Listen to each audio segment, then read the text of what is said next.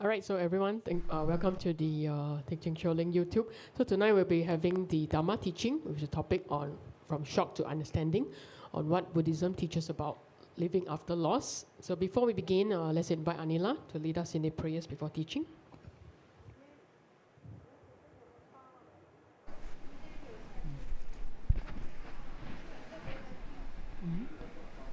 Okay, let's get started. Homage to the Buddha, Dharma, and Noble Sangha, and all the dawn auspicious rhymes of the 10 directions, when all appearance and existence is completely pure, is nature spontaneously perfect. May all be auspicious for us. Bless us, Drome Gyalpo, Sanden Dondrok, Jampe Gepa, and Getapadapa, Gachedrapa, who loves all sentient beings, Saratrapa, whose compassion is as high as Mount Sumeru, Drapipa, who cares for everyone, and Saratrapa, who brings satisfaction to all beings. Just hearing your names increases glory, auspiciousness, and success. We pay homage to these 8 Sugatas, the youthful Manjashri, glorious Rajapani, Avalokitesvara, Lord Maitreya, Gidingaba, Nivaravishkabin, Akashkaba, and the most noble Samadabhadra. Homage to these 8 Bodhisattvas who are supreme in granting auspiciousness and success. Gracefully holding your emblems, Upala flower, Vraja, white lotus, Naga tree, wish-fulfilling jewel, moon, sword, and sun. Making offerings to the Buddhas of all directions and times are the goddesses, the creators of delight. Holding the 8 supplying emblems, the precious umbrella, auspicious golden fishes, the wish-fulfilling vase of goodness, exquisite Kamala flowers, the conch of fame and glory, the excellent knot of prosperity, eternal banner of victory, and the all-powerful will. Homage to these 8 auspicious goddesses, beauty, garland, song, dance, flowers, incense, light, and perfume. Just thinking of your essential qualities makes success grow more and more. The great Brahma, Shiva, Vishnu, and Indra, the kings of the 4 directions, Tidirashtra, Virodhaka, Virupaksha, the Lord of Ragas, and Vrajavana, each one holding a divine emblem, the wheel, trident, conch shell, Vraja, Vina, sword, stupa, and banner of victory. I pay homage to the 8 guardians of the world who make auspiciousness and prosperity grow into 3 realms, with all obstacles and humble inferences specified. We are now about to begin with ever-go fulfillment and success, and bring good fortune, prosperity, happiness, and peace for all. With all obstacles and harmful influences specified, may the work we are now about to begin with ever-go fulfillment and success, and bring good fortune, prosperity, happiness, and peace for all. With all obstacles and harmful influences specified, may the work we are now about to begin with ever-go fulfillment and success, and bring good fortune, prosperity, happiness, and peace for all. Umahum, Umahum, Umahum. Om Sambara Sambara Vimana Saramahajavahum. Om Smara Smara Vimana Saramahajavahum. Om Sambara Sambara Vimana Saramahajavahum. Om Smara Smara Vimana Saramahajavahum. Om Sambara Sambara Vimana Saramahajavahum. Om Smara Smara Vimana Saramahajavahum. Om Sambara Sambara Vimana Saramahajavahum. Om Smara Smara Vimana Saramahajavahum. Om Sambara Sambara Vimana Saramahajavahum. Om Smara Smara Vimana Saramahajavahum. Om Sambara Sambara Vimana Saramahajavahum. Om Smara Vimana Saramahajavahum. Om Sambara Sambara Vimana Saramahajavahum. Om Smara Smara Vimana Saramahajavahum. I take refuge in the Gurus, I take refuge in the Buddhas, I take refuge in the Dhamma, I take refuge in the Sangha. I take refuge in the Gurus, I take refuge in the Buddhas, I take refuge in the Dhamma, I take refuge in the Sangha. I take refuge in the Gurus, I take refuge in the Buddhas, I take refuge in the Dhamma, I take refuge in the Sangha. To the Buddha, Dhamma, and Arya Sangha, I go for refuge and be enlightened. By the merits from listening to the Dhamma, may I attain Buddhahood for the sake of benefiting all other sentient beings. To the Buddha, Dhamma, and Arya Sangha, I go for refuge and be enlightened.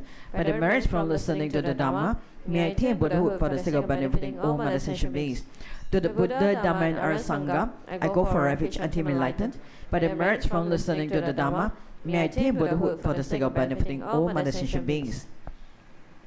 In particular, I must achieve enlightenment quickly in order to free all noblest kind-minded sentient beings from the unimmeasurable ocean of samsaric suffering and lead them to pillars for enlightenment. For this purpose, I must listen and thereafter put to practice the teachings of profound Buddha Dhamma. Teyata Shame Shamawati Shamita Shankru Ankre Mankre Marosite Karote Kyore Tezowati Oluyane Wishadam Nimane Mana Panaye Kukre Kaka Grase Grasani Omoki Para Muki Amuki Shamidani Sawa Graha Bana Nane, Negihitwa Sawa Para Pravadina, Vimuta Mara Pasha, Siddhapitwa Buddha Mudra, Anum Gatita Sawa Mari, Putarita Parishudi, Vigasantu Sawa Mara Kramani. I prostrate to gathering of Dakinis of the three places, coming from the wholesome site of space and joy, who have the powers of clairvoyance and magical emanation, and regard practitioners as the offspring. Aka Samarata Shadarasa Marayapi. Aka Samarata Shadarasa Marayapi. Aka Samarata Shadarasa Marayapi. Tayata Gade Gade Paragade Parasam Gade Buddhiye Soha. Tayata Gade Gade Paragade Parasam Gade Buddhiye Soha. Tayata Gade Gade Paragade Parasam Gade Buddhiye Soha. Toward the path of the great truth of the words of the exalted three jewels, may all adverse conditions be overcome. They may become non-existent, may they be pacified. May all the evils such as enemies, obstacles and hindrances and adverse conditions be pacified. Shatim Kuriye Soha. May the 80,000 types of obstacles be pacified. May we be separated from adverse harmful conditions. May everything conducive be obtained, and by the auspiciousness of everything good, may there be excellent happiness here and now. May all sentient beings achieve extraordinary superior happiness and its causes. May all sentient beings be free from the unbearable sea of suffering and its causes. May all sentient beings never be parted from the bliss of supreme liberation. May all sentient beings be free of all bias, attachment, and anger to near ones and aversion to others. To accomplish my own and others' aims, I join the altruistic intention to attain enlightenment for the benefit of all sentient beings. To accomplish my own and others' aims, I join the altruistic intention to attain enlightenment for the benefit of all sentient beings. To accomplish my own and others' aims, I join the altruistic intention to attain enlightenment for the benefit of all sentient beings. Reverently, I prostrate my body, speech, and mind. I present clubs of every type of offering, actually offered and mentally transformed. I confess all my negative actions accumulated since beginner's time, and rejoice in the virtues of all holy and honored beings. Please remain until samsara ends, and turn the wheel of Dharma for sentient beings. I dedicate all the virtues of others and myself to the great enlightenment. The Heart Sutra. Thus have I heard, once the Blessed One was dwelling in Rajagriha at Vulture Peak Mountain, together with a great gathering of Sangha monks and a great gathering of Sangha Bodhisattvas. At that time, the Blessed One entered the Samadhi that expresses the Dharma called profound illumination, and at the same time, Noble Avalokiteshvara, the Bodhisattva Mahasava, while practicing profound prajna paramita, so in this way, his authorized skandhas also to be empty of nature. Then, through the power of the Buddha, Venerable Sariputra said to Noble Avalokiteshvara, the Bodhisattva Mahasava, how should the son or daughter of noble family train who wishes to practice a profound prajna paramita? Addressed in this way, Noble Avalokiteshvara, the Bodhisattva Mahasava, said to Venerable Sariputra, O Sariputra, a son or daughter of noble family who wishes to practice a profound prajna paramita should see in this way, seeing the five skandhas to be empty of nature. Form is emptiness, emptiness also is form. Emptiness is no other than form, form is no other than emptiness. In the same way, feeling, perception, formation, and consciousness are emptiness. Thus, Sariputra, all dharmas are emptiness. There are no characteristics, there is no birth and no cessation, there is no impurity and no purity, there is no decrease and no increase. Therefore, Sariputra, in emptiness there is no form, no feeling, no perception, no formation, no consciousness, no eye, no ear, no nose, no tongue, no body, no mind, no appearance, no sound, no smell, no taste, no touch, no dhammas, no I dhatu up to no mind dhatu, no dhatu of dhammas, no mind consciousness dhatu, no ignorance, no end of ignorance up to no old age and death, no end of old age and death, no suffering, no origin of suffering, no cessation of suffering, no path, no wisdom, no attainment, and no non-attainment. Therefore, Sariputra, since the Bodhisattvas have no attainment, they abide by means of prajna paramita. Since there is no obscuration of mind, there is no fear. They transcend falsity and attain complete nirvana. All the Buddhas of the three times by means of prajna paramita fully awaken to unsurpassable true complete enlightenment. Therefore, the great mantra of prajna paramita, the mantra of great insight, unsurpassed mantra, unequaled mantra, the mantra that comes all suffering, should be known as truth. Since there is no deception, the prajna paramita mantra is said in this way: Tayata Om Gade Gade Paragade Parasam Gade Priye Soha. Thus Sariputra, the Bodhisattva Mahasabha, should train in the profound Prajna Paramita. Then the Blessed One arose from that Samadhi and praised noble Avalokiteshvara, the Bodhisattva Mahasabha, saying, Good, good, O son of noble family, thus it is. O son of noble family, thus it is. One should practice the profound Prajna Paramita, just as you have taught, and all the Tagadas will rejoice. When the Blessed One had said this, Venerable Sariputra and noble Avalokiteshvara, the Bodhisattva Mahasabha, the whole assembly, and the world with its gods, humans, asuras, and Gandharvas rejoiced and praised the words of the Blessed One. Okay, we'll take a break here, but later we will recite the Gandhalagama. Okay. Right. Thank you, Anila. So before we begin the teaching tonight, we have some announcements. So let's invite Sherry to share with us some of the latest news on the temple. All right. Everybody, please take a look here. We have some special announcement that's coming up for all of us, something to take note of. Okay, so we're going to have, okay. Some of you may have received some of our emails already. So our system will be shutting down. Our EBS system, the online system and website, will be shutting down on the 1st of February at 8 p.m.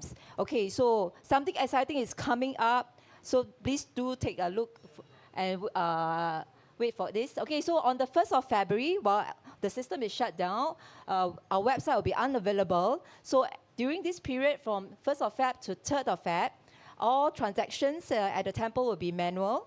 Okay, so our website will be down for the time being. So, but during this period, although we cannot do any online transaction, please be assured that we are still here for you at the temple here. We do have our staff here to serve you, okay? We have a hotline. Our hotline and all the email are still available, so do contact us if you need any help, all right? So, something exciting on the 4th, do you know what is 4th of Feb? It's actually Li Tun, right? It's a new year is coming, and with the new year, we're going to expect a new website. Wow, okay. After like 2 years of preparation, finally, the whole staff team is like a child giving birth. Our new website is going to give birth soon. So what are you going to expect for this new website? So we have a seamless and speedy experience. You can make offerings easier.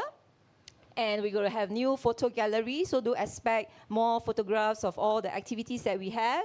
And some of you like to go to our website to find resources, so you can really access all the Dharma teachings, music, resources all in one place. It's easier to find, and it's an easier and better navigation for everyone. So really hope that this can be a good experience for all of you. So do keep a lookout. So in the meantime, do bear with us. You'll be receiving some of the emails, communication through all the email and all the social media soon. So thank you, everybody. So really give all our staff and all our volunteers who have been helping out this project. And please be patient with us. And let's expect something new this new year, okay? It's a host A year, so we have a host A website too. All right, thank you, everyone.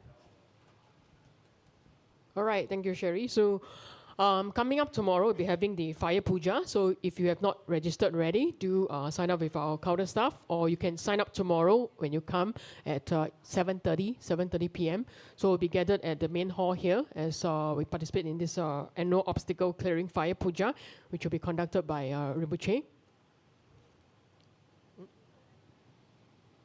And then coming Monday, we'll be also having the annual Thanksgiving ceremony that will be happening at 11 a.m., starting off with the grand offering ceremony, as well as 8 p.m. we'll be having the recitation of the Diamond Cutter Sutra. Both will be in Chinese, so invite everyone, Dharma brothers and sisters, bring along a Hai Ching to join us in this chanting. And as we give our utmost gratitude to all the Buddha and Bodhisattvas for their blessings throughout the past 1 year. And this Saturday, hope everyone has signed up for this very exciting shopping trip with Rinpoche. So we'll be kicking off at 8:30 a.m., meeting at temple here. So do sign up online, checking out your group chat if you have the website over there, or you can scan the QR code here to sign up, or you can check out with us later on if you have not signed up yet. And we'll also be having the Exploring Buddhism class, Module 1. This will be conducted by Brother Keith, and it will kickstart on the 7th of March. It will be every Saturday at 2 p.m. So it will be on-site class at the 147 classroom. So you can sign up online or at our counter, and suggested offering is $50 to support the Dharma Propagation Fund. And closing date soon coming up, which is the Dharma Junior as well as the Dharma Youth Program. So if you have any friends or family with kids, do encourage them to sign up in this very enriching Dharma Junior program, which starts on the 1st of March, carrying on every Sunday. And the second term will also continue on the 12th of July. And it's a very fun and exciting class for all the young ones, both for enriching their body, speech and mind, and their spirit. So do sign up for your friends and family if they encourage them to join us. And for those who have siblings already in the class, there's also a discount. So it'll be 120 per child. And for the youth, also we'll be having the closing date coming up soon, which is on the 1st of February. So it's also a very enriching class joining us in the sales program as the youths join and grow in self-awareness and become inspiring leaders for ourselves and others. So the class will actually start on 28th of February with the first session, and with another 20 sessions going on in subsequent Saturdays. So the suggested offering donation is $80 per youth, inclusive of the T-shirt and the food funds. So to find out more on our latest program, do check out our Telegram and our Facebook. Yeah, thank you.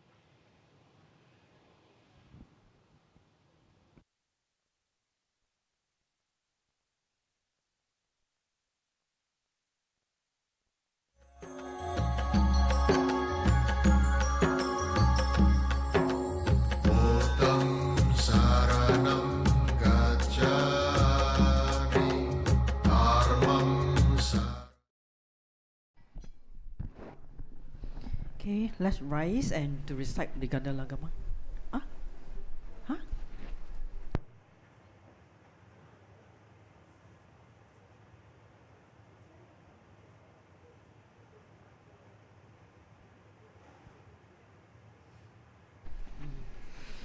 Gaden lagi kungi tukane rakhazo sapundre chujinze chogi kyapo kungi lo sandra seda chepa de shesuso lungi namka sintri bedete Jesu lama gebe zumgache lalo dempe sonam chinchodu demba geche gyaga Jesu so shiji kyongo jawe lo droto kasana we gengyo le Jesu Rape pagi la me se beku Tondo rempa donde la chasa Iyo choyo na so me doda Rishi jumpo na sia rip chasho No shami tru tru ching ya so di So nam chin cho gila cho pabu Ganji tu me tu ne sampayi Tu ngai gi me ge chi ge da Ge pa dom pa sum ge me do ju In ye kyo pa da po so so sha In me do de ma tro tro la so Cho ge pa pe da jo do yon ji Gombo gyongi lapchin zampala Dacha sampata pe ilango Jitsu lama dampa ginamgi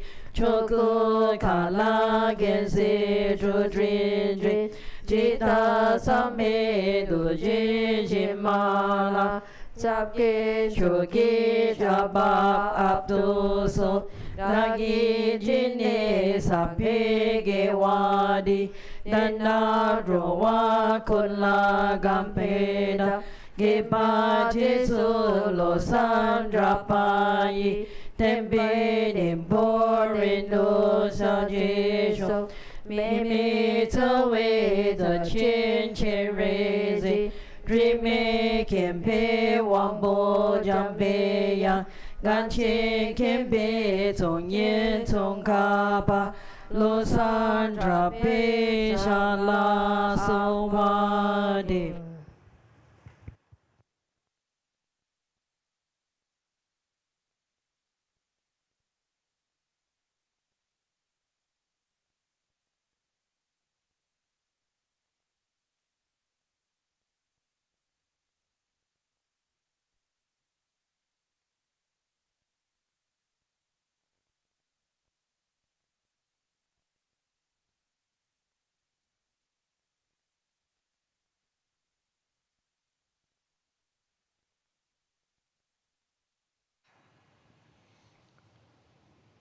So, greetings everybody.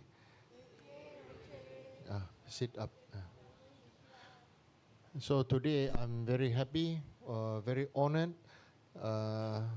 for all of us to have Geshe Sherab to come and teach. I'm supposed to give the topic about loss. I forgot the exact title anyway. From shock to understanding, yeah, about living after loss. There's also, as everybody knows, Chloe. Yeah, she just was feeling unwell, went to hospital, and she just passed away there. Okay, and and somehow there must be some connection. The neighbor, I don't know how the neighbor got to know about Sangula and then called Sangula, and Facebook, I see. And then after that, then we knew. Okay, so this Geshe Sherab, he's my senior, yeah, one of the founding monks of Kopan Monastery, right? In fact, Geshe Sherab was already there even before there was a Kopan, right? Later, I see. Okay. But anyway, Geshe-la was teaching many years in US, and so now he has retired from teaching there, and so he's out and about now, relaxing, and doing whatever he needs to do, and pilgrimage to Nepal and India. So he's going to Borobudur and Jambi after this, right? Yeah. Yes. So that's why I thought to request my senior to come and teach. So all of you who got many questions to bombard me one, please, but not just bombard me one, bombard me two, bombard me three. Please request, ask Geshe-la all kinds of questions you like to ask. Okay? Thank you. So please offer mandala offering. Thank you. Om Raja ground our home. Here's the mighty and powerful base of gold. Om Raja lie our home. The outer ring is encircled with this iron fence. In the center, the king of mountains, Mount Meru. In the east, the continent Puva Videha. In the south, Navavipa. In the west, Abaragodania. In the north, Uttarakuru. Around the east, the subcontinents Deha and Videha. Around the south, Chamara and Abachamara. Around the west, Sata and Uttaramandrin. Around the north, the subcontinents Kurava and Korava. In the east is the treasure mountain. In the south is the wish-granting tree. In the west is the wish-granting cow. In the north is the harvest that needs no cultivation. Here's the precious wheel. Here's the precious jewel. Here's the precious queen. Here's the precious minister. Here's the precious elephant. Here's the precious and best of horses. Here's the precious general. Here's the great treasure vase. Here's the goddess of beauty. Here's the goddess of garlands. Here's the goddess of song. Here's the goddess of dance. Here's the goddess of flowers. Here's the goddess of incense. Here's the goddess of light. Here's the goddess of perfume. Here's the sun. Here's the moon. Here's the umbrella of all that is precious. Here's the banner of victory in all directions. In the center are all possessions precious to gods and men. This magnificent collection, lacking in nothing, I offer to you my kind and holy Roots Lama, together with you, venerable lineage Lamas, and to you, Lama, compassionate Lama Losam Nuam Doji Chang. Together with the assembly of gods, I offer this pure and beautiful collection to you. In your compassion, accept what I offer for the sake of all beings. Having accepted this, to myself and to all beings, please grant your blessings through your great compassion. This ground anointed perfume, strewn with flowers, adorned Mount Meru, four continents, sun and moon. I offer visualizations as pure Buddhas. May all ascension beings thus enjoy this pure land. The objects my attachment, anger, ignorance, my body, my wealth and enjoyments, without any sense of loss, I offer this collection. Please accept it with pleasure and bless me with freedom from three poisons. Venerable Holy Gurus, in the space of your truth body, from billowing clouds of your wisdom and love, let fall the rain of profound and extensive Dharma in whatever form is suitable for subduing sentient beings. Hum Yidam Guru Rana Mandala Kapniya Dayami.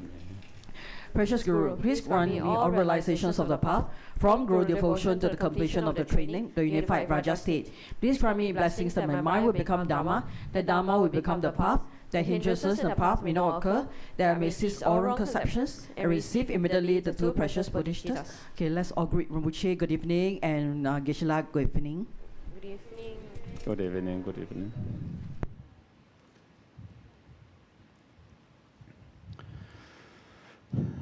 Good evening, everyone. And thank you very much, Rinpoche, for hosting and hospitality for a few days here and there. And I had a wonderful time yesterday at Kota Tinggi at the temple.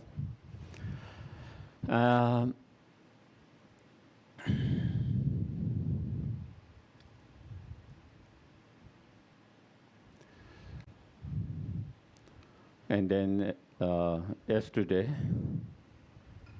Rinpoche asked me if I could give some talk.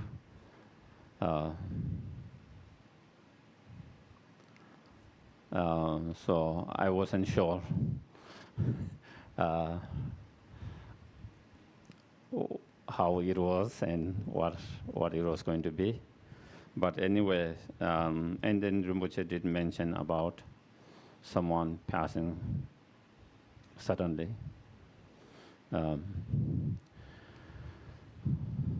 So I think when someone we love, that someone we care, someone who is close to us, whether it's our families, friends, colleagues, when someone passes away, unexpectedly, suddenly, and if we are not prepared, it can bring shock,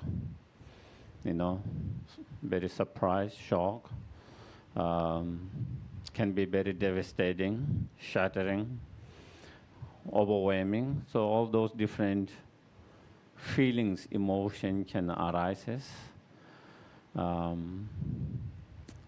If we don't have the right understanding, and through those understanding, if we are not prepared, mentally, the more unprepared we are, the more devastating, more shocking, more overwhelming, more painful it can be. The more we are prepared through our practice, understanding, of course we will feel sad to lose someone so dear to us, but it wouldn't be so shocking, it wouldn't be so devastating and overwhelming. So how much devastating, overwhelming, shattering it can be, it depends on how much we are more prepared, whether we are prepared or not, through our practice. And that comes through understandings,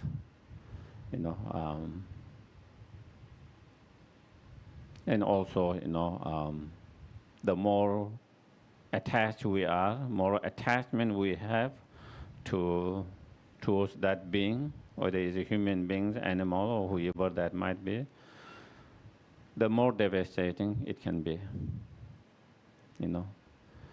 Less attachments, while you feel the pain, and the sadness and sufferings of losing someone, but it wouldn't be so incredibly overwhelming and devastating that will kind of, shatter you. Sometimes people are so shocked, so devastated, it can almost froze them, making them almost frozen, not being able to react, response sometime in a denial mode. Sometimes they have passed, but you are still not accepting that reality because it is so shocking, And it will happen to all of us, this reality of losing someone who is dear, close to us. We all have to face that. No one can escape that.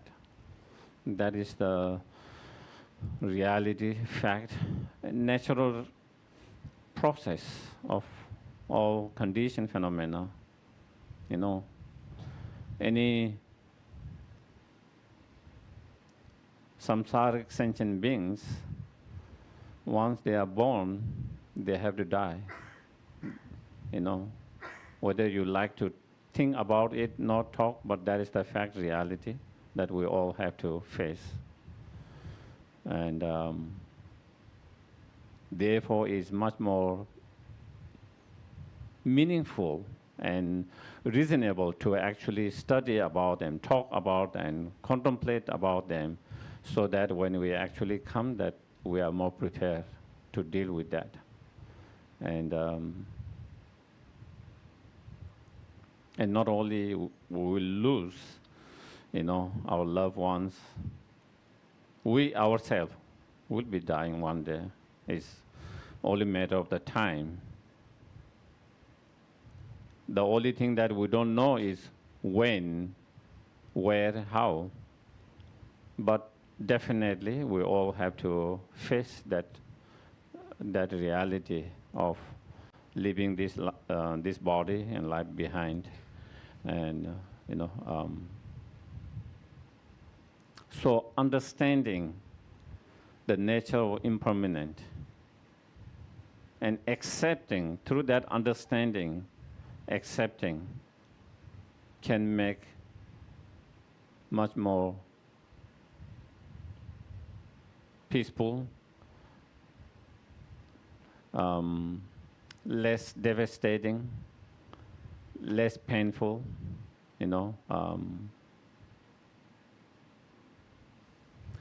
and studying, contemplating, meditating on impermanent in nature, and especially that impermanent is very important part of the practice meditations. In Buddha's own life, that was instrument in him to give up his life as a prince, materialistic world with the princely world, to the spiritual path. What drove him in, what guided him in that is by him seeing the death of others and by understanding that we all have to die. As you know, the story of him going outside of his palace that has been protected, and then seeing 4 different things, sick, aging, dead, and then a monk who was very peaceful, that was something that kind of wake him up. In other words, that wake him up, and then see this life that he has been in wasn't meaningful, even meaningless, and then in that he chose the other path, and to find more meanings and true meanings of the life, and to develop all the spiritual high realizations. So, and also first teaching after his enlightenment, also about impermanent, Four Noble Truths. And part of that Four Noble Truths, is that all phenomena are, impermanent. All conditioned phenomena impermanent. All the contaminated experience are sufferings. All phenomena are empty, selfless, empties. So those teachings. So he talked about impermanent. Again, part of the Four Noble Truths, the first teaching. Also, his last teaching was also on impermanent. And so,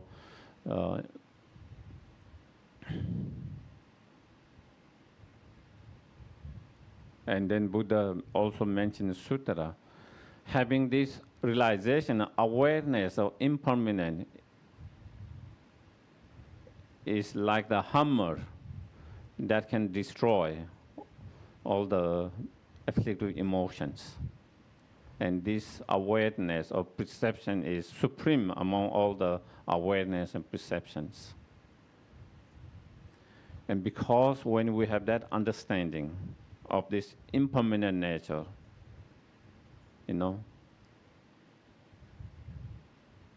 then we don't get so shocked as we get shocked now. Because you are aware of that everything is changing. You have that awareness all the time. You are aware, you have awareness of that everything is changing. You wouldn't be shocked when there is change in yourself. Sometimes we also have change in emotions, feelings. One day you feel very good and next day you feel very bad. One day you feel very inspired at practice, next day you start to have doubt. All those different, sometimes those change can happen. And we might be shocked to see, oh, how did that happen? How did that negative thought arises? But someone who is aware of this impermanent, they don't get so shocked. They're aware of that. Oh, that is impermanence. That is change. It's nothing unexpected. It's the way things are. Our body changes. Our hormone changes. Our feeling changes. Our thought changes. Our perception changes. Our view changes. Our life changes. So you wouldn't be so shocked. And when those changes happen, you'll be able to deal much more healthy, better way, because it's something that you have the awareness, understandings. Same thing when we have change in our relationship with our partners, your parents, your siblings, your children, your friends. Sometimes change happens, as much as we want to see when we have good relationship, we don't want that to change. But sometimes change happens. And then we are shocked. And then sometimes we don't know how to deal with that. We are not prepared for that. It's something you weren't expecting, and suddenly it has come and you don't know how to manage, how to deal it. And it can be very painful, devastating, And then it is all about blaming each other. That the game started to blaming each other and make things worse and worse. But when we have this awareness of impermanent, that is, everything changes, you wouldn't be so shocked. And you think, that is what nature of impermanent. What can you expect? You cannot expect which is nature of ever changing not to change. That is unrealistic. It's against the fact, reality, And so and something that you don't want to see change, and when the change happens, then it's very painful, extremely painful. But even you don't want to see change, but you are aware of that, the nature of changing, impermanent nature. So then, it wouldn't be so painful. Of course, it can be sad, little pain, but it wouldn't be so unbearably painful that it becomes incredibly devastating, And also, we have less blaming each others. We blame less each others because you understand you are impermanent, that person's impermanent, your view changes sometimes, that person's view changes sometimes, your idea changes sometimes, that person's idea changes sometimes, our feeling changes sometimes, their feeling changes. Due to all those different changes, that is why we are in that situation now. So it is not because that person was so bad or being negative, but it's the nature of changes. Sometimes you don't want to change your positive thoughts, but sometimes we cannot handle nature of impermanent. It changes. Sometimes we have a good feeling, we don't want to change, but it changes. And also other persons, same things, they also want to have best relationship, all of that, but sometimes they cannot. The nature of that changes happen naturally, and so they don't know how to deal with that, and then there is less blaming, less pain to everyone,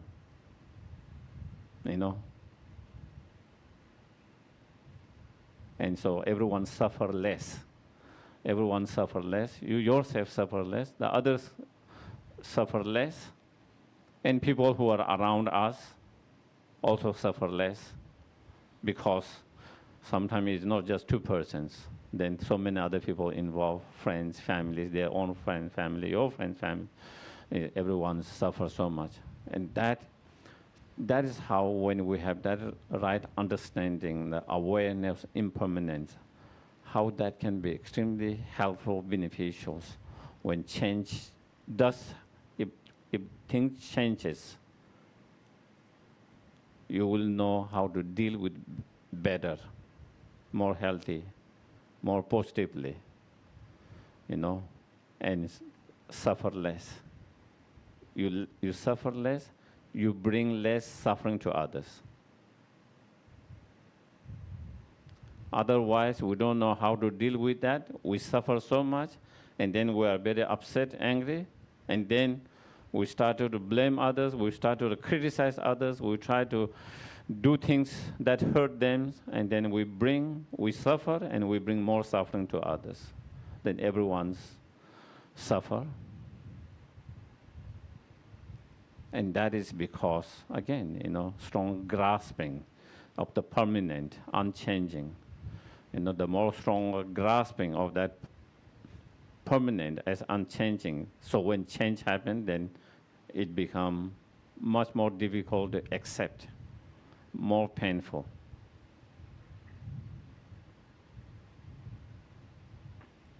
So understanding that impermanent nature is so.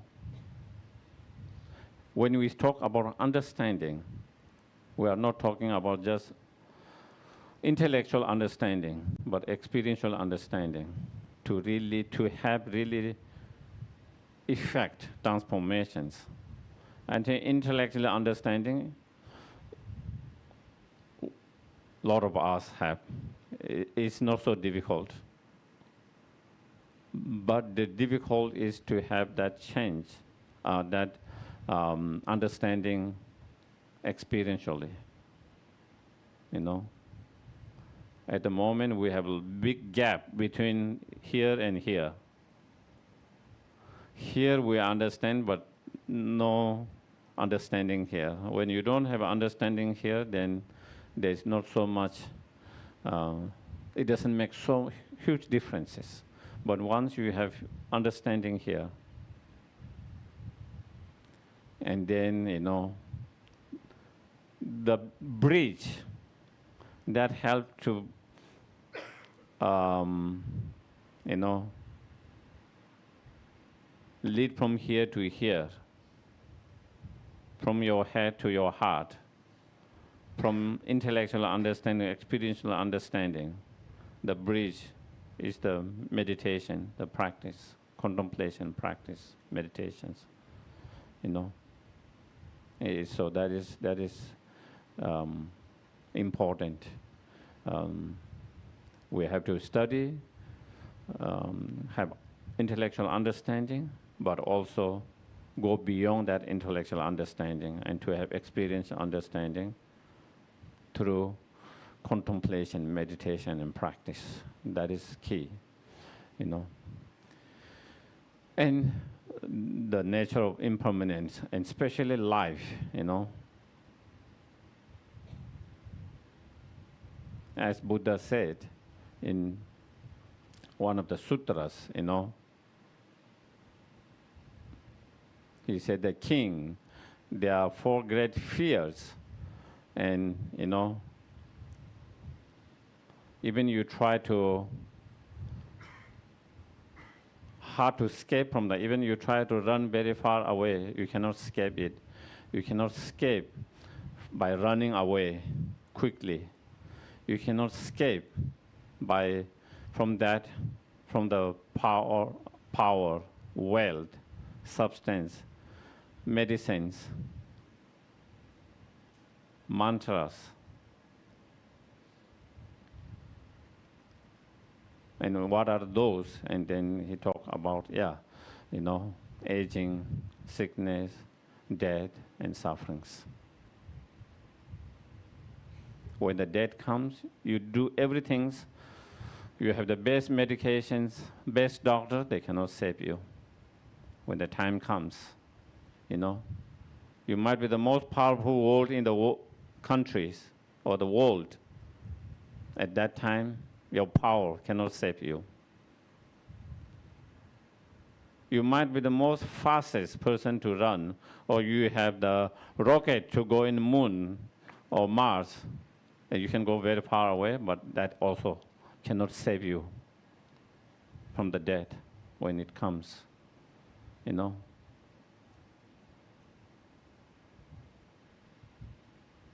No matter how much wealth you have, it cannot save you anymore at that time. Cannot. You might be able to get the best hospital, best doctor, but still, they cannot save you.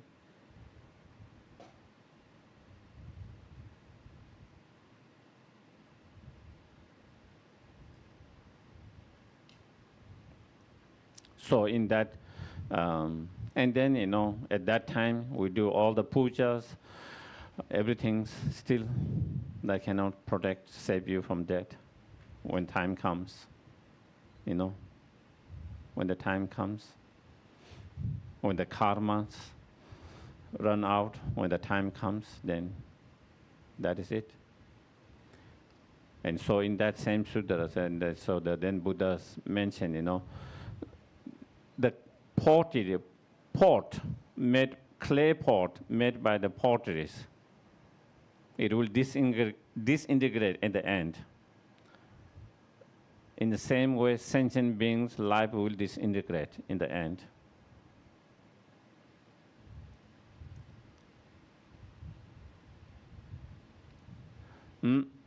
Just as the leaves of the plants, the flowers, the leaves, the fruits, they will fall down.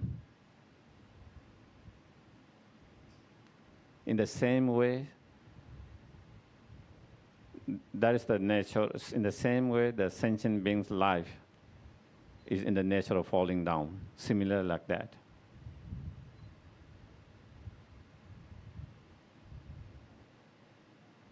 Just as the dew on the supreme grass, the moment sun arises and radiates the light, it will dissolve and disappear. Such is the life of sentient beings. So in that, Buddha explained with many different examples, you know, how life is very fragile, like the bubbles of the water, very fragile. You just touch very slowly and then it bursts, the bubble. Such is the human life. Sometimes we feel human life is so strong, but actually very fragile. Very fragile if you think in one way. It doesn't need a big things. You know, so many people absolutely fine. They just have check up, everything's normal. Go to bed, never wake up. Go to bed, never wake up.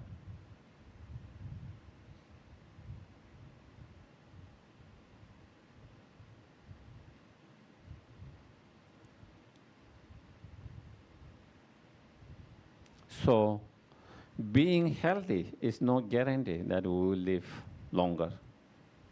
We often see healthy person dying before someone who has been dealing with health issues for a long time. Being a young doesn't guarantee that you will live longer. Grandchildren, great-grandchildren passing away, dying before their parent, before their grandparent, before their great-grandparent. Living in a safe environment doesn't guarantee that you will live longer, because there are so many people who die before, who live in a very safe, peaceful environment, but who die much before people who live in unsafe, violent environment. So there is no guarantee that we will live long, because, you know, age is on my side, health is on my side, other condition on my side. Based on that, sometimes we kind of grasp permanent, that I will live, I will not die soon. And that can be very deceptive, you know, deceptive. Because when we think the time is on my side, I'm not going to die, then we don't prepare ourselves. We don't feel urgency to practice the Dharma. We feel that we will have time to practice later, as the time is going to wait for us, you know. We plan as though we have control over the time and life. You know, I will go to, you know, school, find a job, have a life, family life, retire, then I will have more time to practice. If the life goes like that, it will be great. But the reality fact is that is not always that is not how the life always goes. And then, you know, you feel, I will practice later, but then unable to practice. You didn't have time to practice. I've seen some friends, you know, and Dharma students, you know, one of them also looking forward because she was going to retire next year. And so she has been wanting to dedicate herself and practice more once she retires. And the moment she retired, the next year she passed away. You know, the next year she passed away. And so many like that, you know. So we never know the futures, what hold us. What is in our hand is the present. Utilize the present now, what we have. Try to practice as much as possible, you know. And if you practice now, and if you are prepared more, you don't need to worry whether our life come to end earlier or later. You are always ready, you know. If the life come to end next week, you are ready. If you live one more month, oh, you are so grateful. One more month to live, make useful, meaningful. One more year, grateful. 5 more years, 10 more years, because you are always ready. Because you have practice and you are ready to go anytime, but still you have more opportunity to practice even more because you happen to live more than that, and it's like a bonus and great. That is where, through such meditations, the impermanence, especially the impermanence of the life, the death comes. Not only death is certain, but the time of death is so uncertain. That is the most important, that we don't know when our life is going to come end. We know it is going to come to end, but we don't know when it is going to come to end. Since we don't know when it's going to come to end, that it could come in 20 years, or it could come in 10 years earlier. It could come maybe in 5 years. Maybe if it could come in this year, or it could come even in 1 year or 1 month. So through that meditation, awareness, practice, you develop this sense of that it could come anytime, any moment.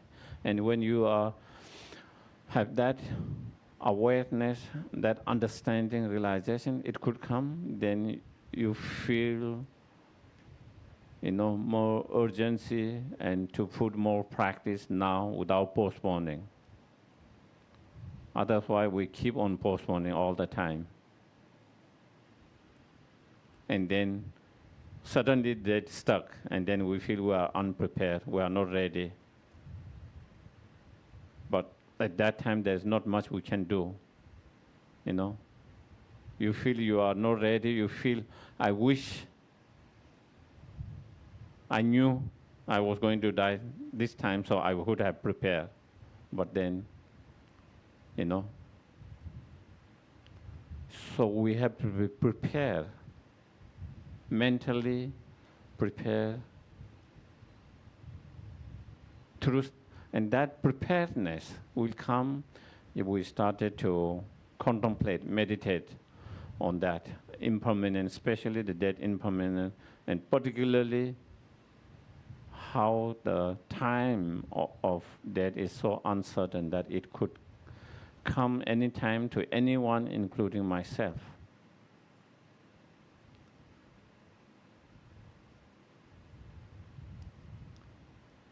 And as Kadamba Master says, when we have that awareness or realization of impermanent, it will help you to inspire to practice the Dharma. Not only inspire to practice the Dharma, it will help you to practice the Dharma immediately without postponing, now, And not only inspire and help you to practice Dharma immediately without postponing, which we do a lot of time, but your practice to become more pure. At the moment, even we try to practice, sometimes our practice is not so pure. Not as pure as it can be, because our practice is still contaminated by the 8 worldly concerns. Even we try to do meditation, practice, study, whatever, still there is some 8 worldly concern, little bit one corner of that. But when you have that realization of impermanent, then that become antidotes, that act as an antidote to overcome that 8 worldly concerns.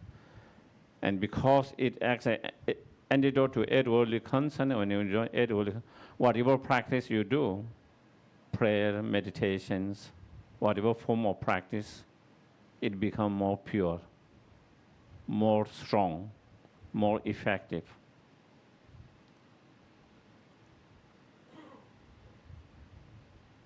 So, meditating on impermanent becomes so crucial. And therefore, in Sutra, Buddha mentions, Among all the footprint, the 11 footprint is the most supreme. Among the harvest in the autumn is the best. Among all the awareness of impermanence is the most supreme. Because that awareness can help us to overcome a lot of those negative emotions, attachments, as well as anger, When you understand impermanent nature, and when you see, I could die anytime. I could die anytime. The person that I'm upset with could die any times. I'm in the nature of impermanent. That person in nature. Then you see, there's no point of arguing. There's no point of fighting, because you see, we both could be no more in this world tomorrow. What is the point of arguing and fighting when you could be dead tomorrow and I could be dead tomorrow, when we both could be dead tomorrow, when we could be no more in this world? So then you don't see points in all this fighting, but when we don't see that, we see, I'm going to live 30 years and he's going to live 30 years, then there is more of that kind of argument and those fight and bad feelings, bitter feelings with each others. And so therefore, not only it reduces all those negative emotions, and if you reduce those negative emotions, you suffer less due to those negative emotions. You create less negative karma due to those negative emotions. You have less negative imprint due to those negative emotions. When those negative emotion arises, first, it disturbs your mind. The moment those arises, it disturbs your mind. It destroys your peaceful mind. In that very moment, not only it destroys your peaceful moment and disturbs your mind, then it leaves imprint in your mind to be more, in terms of anger, to be more anger in the futures. If attachment, to be more attached in the futures. Because it's like, on one layer that we already, another layer is put, more imprint. The imprint becomes stronger and stronger. The imprint becomes stronger and stronger, then even small things make you upset. If the imprint of anger is very strong, even small things can upset you so easily. Why do someone get so easily upset, even with small things? Because the imprint is so strong. And that could do the same with the attachments. You don't need such big things. Even small things, sometimes we get so attached, easily attached, because, again, those imprints are so strong. So it leaves the stronger imprint. That means it makes us easy for those afflictive emotions arising in the future. And not only that, then we create negative karma because of those negative emotions. So that is how harmful it is now and in the futures in so many different ways. And that kind of awareness or realization of impermanence can be a very strong, powerful antidote to reduce and destroy those negative emotions. So that understanding is key. The understanding of impermanent is key, one of key to reduce and destroy those negative emotions. And once you have those negative, that understanding, that wisdom of the impermanent, the awareness of that impermanent, then, as I mentioned at the very beginning, we wouldn't be so unprepared, shocked, devastated, overwhelmed. when we lose someone, when change happens, when things doesn't go the way that we want to go, when things doesn't go the way we plan to go,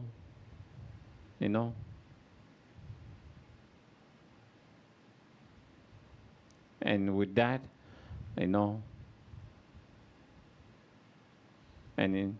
that can give you much more stability in your life, dealing with different changes and challenges and difficulties,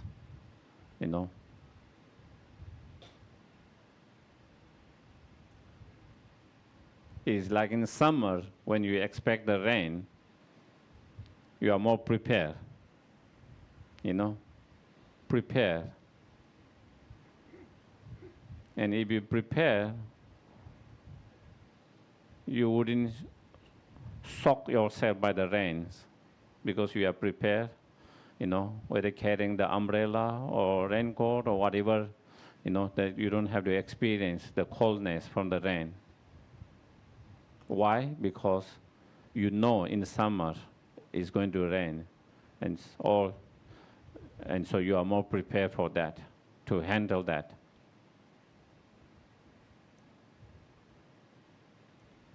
Here it seems in the winter, rain in the winter, no? No winter, yeah. Only 2 seasons. Hot and hotter. Hot and hotter. Now it's the hot, not the hotter. Yeah. And so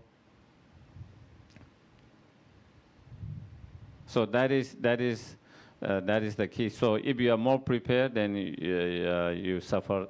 You are more prepared. Because of that, you suffer less, and therefore you find, more stability in your life. So I think that is what I wanted to just talk a little bit on that in dealing with this topic, these subjects. So I will kind of open for any questions. Maybe that might be better. Instead of me, blah, blah, blah. Any questions, please? Don't be shy, La. Anyone? A lot of time, we need one brave person first. And then after some time, then we have to say no more questions because it keep on going. But a lot of time, you need one person to start. Good evening, Gishila. Thank you for teaching us about impermanence. I have a question. So, is there another important concept or fundamental in Buddhism that if I were to explain to 13 to 16-year-olds who know nothing about Buddhism, is there something I can explain to them in a simple way apart from impermanence? About impermanent? Something else other than impermanence that is also important in Buddhism. How can I explain it to them in a simple way? I think loving kindness, compassion is, I think, very important part of the Buddhism's core, one of the core essential heart of the Buddhism, and that message is very important for also everyone, especially for child, young, when they are growing up.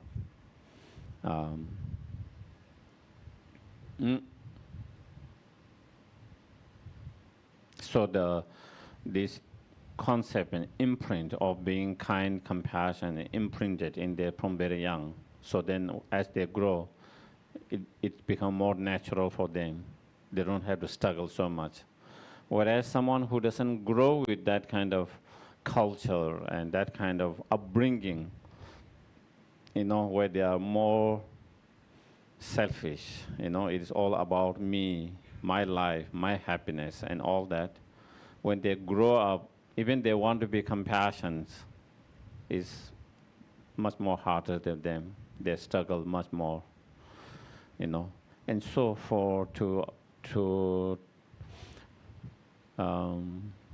to remind them or to of all those can be, and the others is dependent arisings.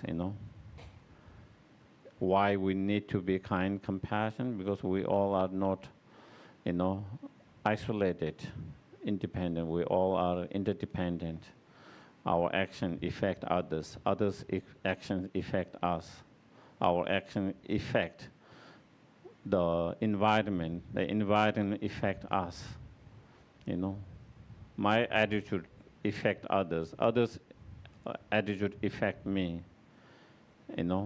And through such understanding of dependent arising, that is why we have to be compassionate, why we have to take care of each others, and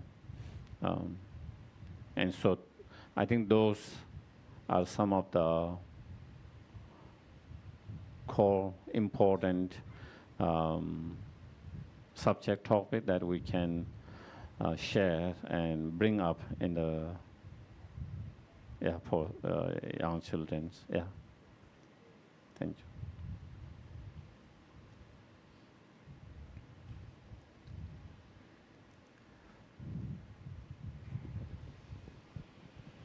Good evening, Gishila. Okay. Yeah. Okay. Thank you, Geshe-la, for your teaching. So my question is there something that we can do when we feel like the fear of death coming, whether it's for our loved ones or for ourselves? Like, I usually feel this feeling like of fear, but I don't know what to do. Uh-huh. Yeah. Well, first of all, I think maybe we had to identify where the fear comes from. Different people might have fear that arise from different sources. A lot of time is due to the attachments. So if the fear is arising from the attachments, then we have to deal with the attachments. So different meditation, different practice to reduce the attachments, can be helpful. When you reduce the attachments, the fear that arises from that attachments can be less. Sometimes the fear can be arising because sometimes the fear arises because we think that death is going to be very painful, But again, death doesn't have to be painful. Knowing that, being aware of that death is not always painful. It can be very peaceful as well. Can make us less fearful if the fear is arising because of that. Sometimes we are fearful because we don't know what happens after death. Unknowing can lead to fearful. Like everything, when you don't know, there's less fear. When you know what to expect, what is going to happen, you have less fear. And sometimes for some people, not knowing what happens after the death, again, we learn about those things, what happens at the time of death, what happens after the death, what are the things that we can prepare for more peaceful death and, better transitions and better situations in the futures. So again, when we learn and when we are aware and when we prepare, again, there's less fear of that. So I think one main thing is trying to identify where does the fear arise from mainly, the cause of the fear, and then working with the cause that gives to the fear itself. One way of doing it, Of course, there are also we can do meditation on emptiness, can be helpful too, I find myself sometimes, even though I don't meditate all the time, but there are times, that maybe I was dealing with something and there was some fear, and then thinking, who is that I who is so fearful of that? And so trying to meditate on that helped me to reduce the fear, to subside the fear. Of course, in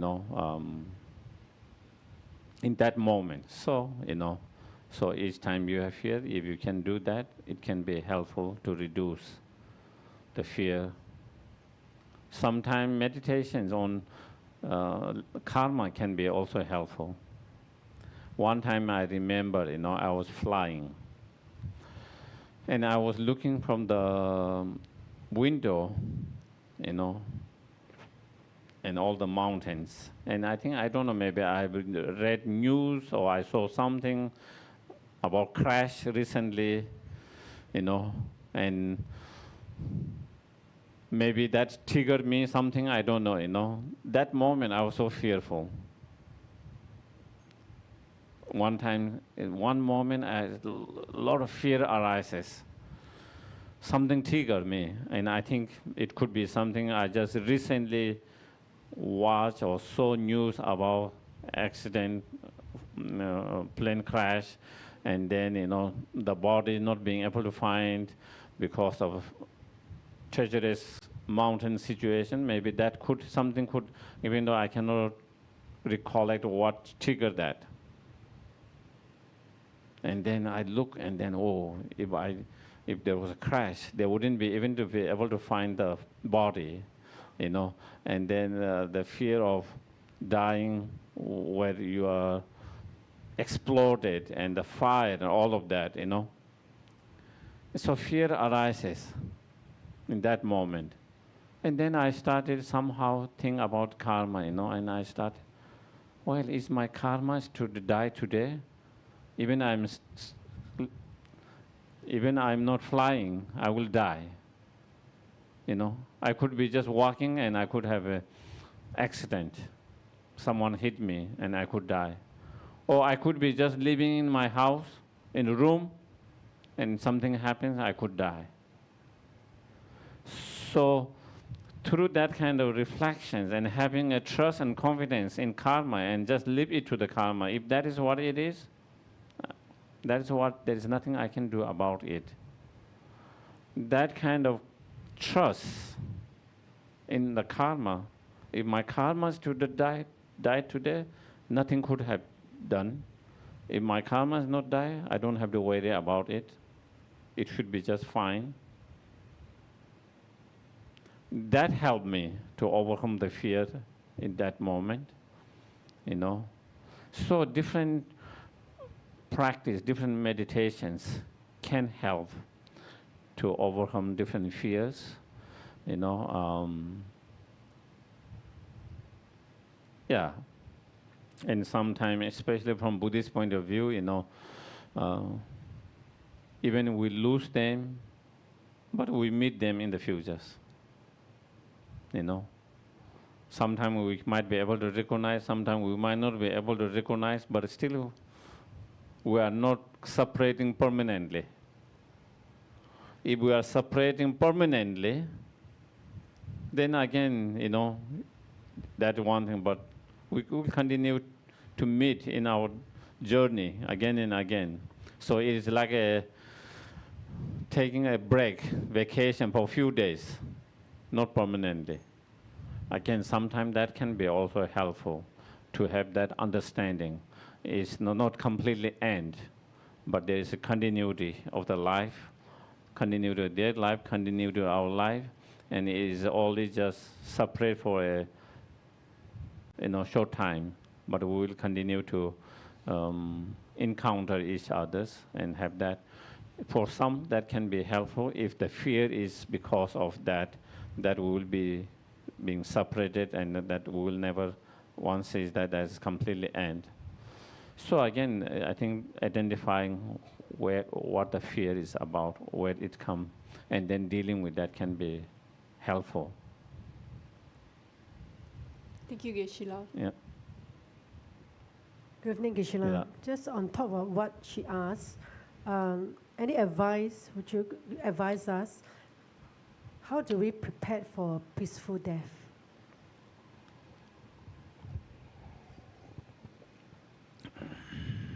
Have a lot of chicken rice lah. Chicken rice.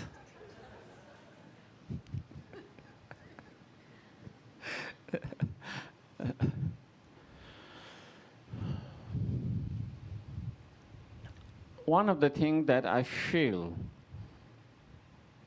that we try to develop a strong practice.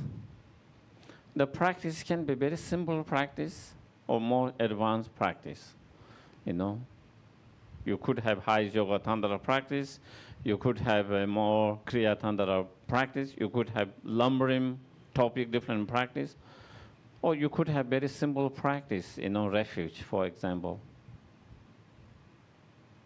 Even though refuge is not so simple, but relatively, you know, having a strong faith, whether in your guru, whether in the Buddha, Dhamma, Sangha, that strong faith, and or faith in one of the deity, you know, whether it's Amitabha, Medicine Buddha, Avalokiteshvara, whichever deity that you feel connected, you know, have strong faith, and having simple prayers and practice, even recitation mantras.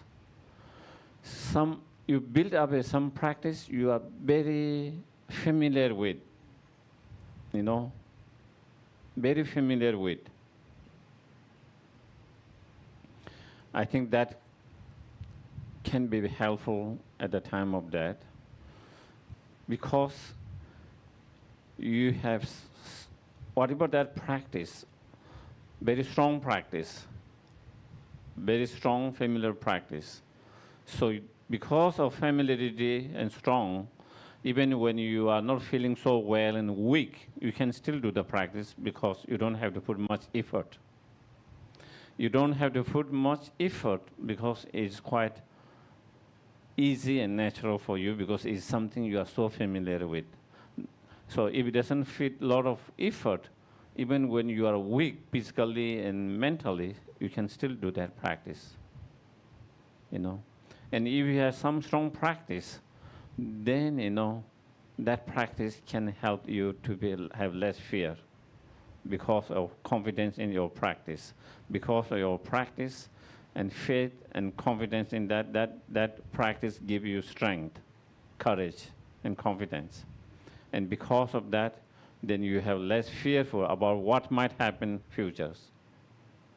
You know, when we don't have a strong practice, then that is where we might have fear when we die, what might happen, where fear maybe we might be born in a lower realm, so that might be one of the fear, you know. But when you have strong practice, whatever form practice, you have confidence that practice, so you are not less fear about that because you know, all is good because of your practice. That you have some confidence that you will not be born in the lower realms because of your practice, because of confidence in that practice. And that practice, again, as I said, can be simple practice to more advanced practice. You know, when my father passed away, my dad passed away, you know, I think he passed away when my brother was driving him to hospital. You know, he passed away on the way. But while they were driving, he was doing his prayers, mantras, you know. And while he was doing his prayer and mantras, he passed away in the car itself. And then, you know, I went to see, you know, my teachers, and Kapti Lama Savar Rinpoche, and also one of my other teachers, Tisu Rinpoche, who also passed away recently. They both were in Kopan, so I went and requested their prayers. And they both asked what happened, and, you know, so I explained. And Lama Zopa Rinpoche said, oh, your father doesn't need my prayer. He has prepared himself. He has taken care of himself. He doesn't even require my prayers. Even though it was very simple practice. And then when I shared that same to my other teacher, Tisu Rinpoche, he said same, not exact same word, but similar. He said, we always wish in prayer to be able to die while we do the practice. And your dad seemed to have gone that way while he was doing his prayer and mantra and that. That is something we all pray. That is something we all wish. That is something we all hope to do that.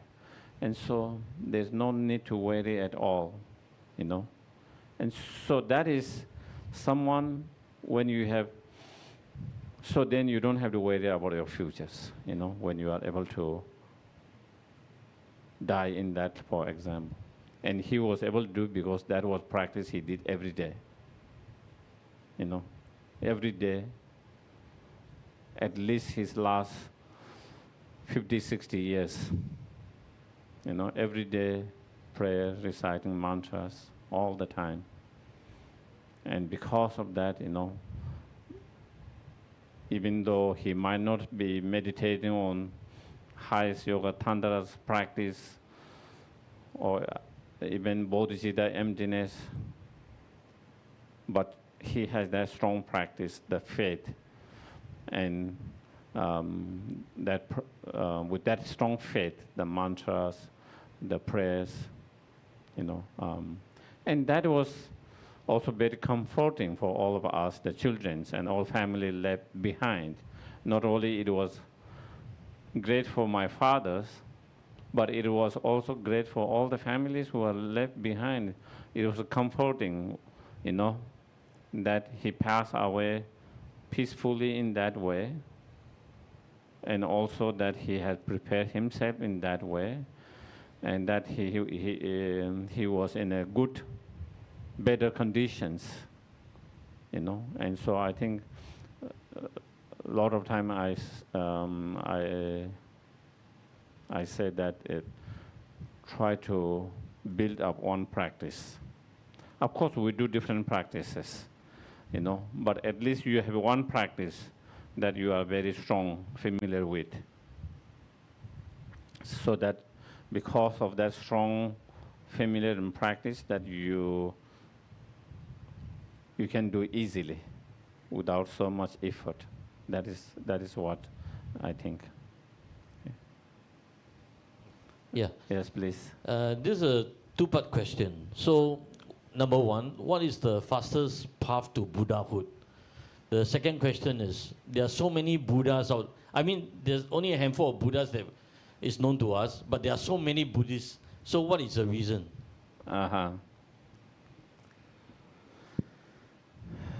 Of course, in generally, the fastest path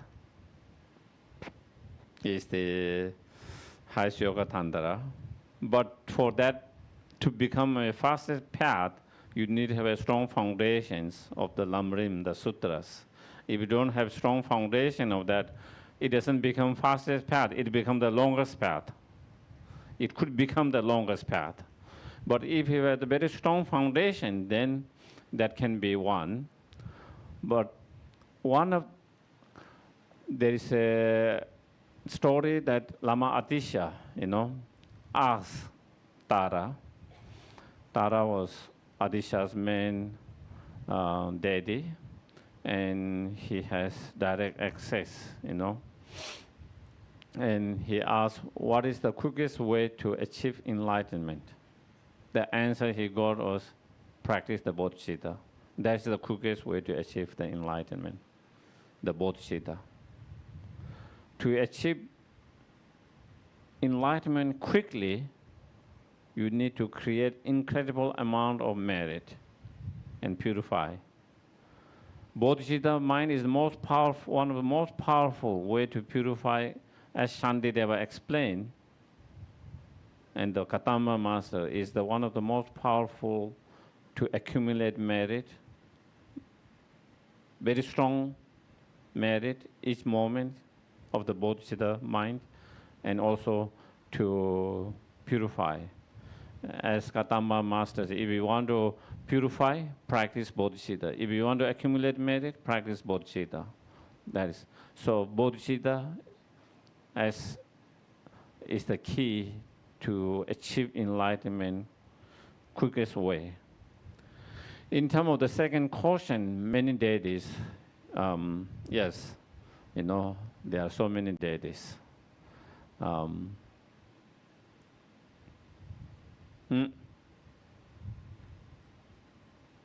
All those different deities manifest because of sentient beings,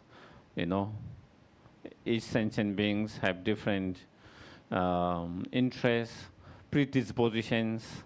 According to that, then the Buddha manifests in the different forms and for different purpose. In essence, they are same. In essence, they are same. There is a not stories, Lama Adisha telling one time, almost like scolding, He said, you Tibetans have 100 deities. You practice 100 deities, but you cannot achieve one deity. We Indian practice one deity and achieve 100 deity same time. He said that. Because in essence, they all are same. So if you achieve one, then you achieve all. If you accomplish one, it is the same as accomplishing all. Because in essence, they are one. It's the same essence manifest in different form from different things. And so therefore, And so there are different deities because, sometimes different individuals connect with different deities, Some people connect more strongly with Avalokiteshvara. Some people connect more strongly with Amitabha. Some people connect more strongly with medicine Buddhas. Some people connect more because of their karmic connection and due to different predispositions, cause and condition, we connect more strongly with different deities. And so if you rely on the deity that you connect more strongly and that you have stronger karmic connections, then you can achieve more quickly in relation with that deity. And therefore that there are so many deities because individuals have different predispositions, different connections and that. And so if you rely on one deity, you can achieve more quickly. But for me, that might not be the case. If I rely on different deity, then if I rely on that, then I can achieve more quickly. And that is why when we do the initiation, they do the checking, which karmic connection you have, throwing the life sticks to check which karmic connection you have. So we don't have to practice every deity there is. There's thousands, more than thousands of deities. So we don't need to, but then, there are different deities, and so we try to find what karmic connection we have. Sometimes maybe your teachers, guru can help you, what connection you have, and that's what we call yidam, personal deities. Personal deities means the deity that you have connection with.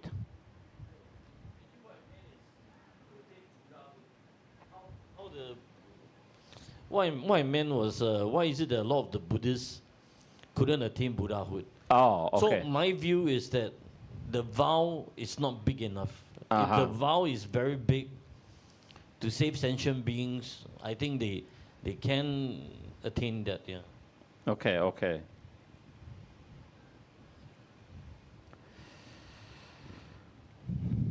Well,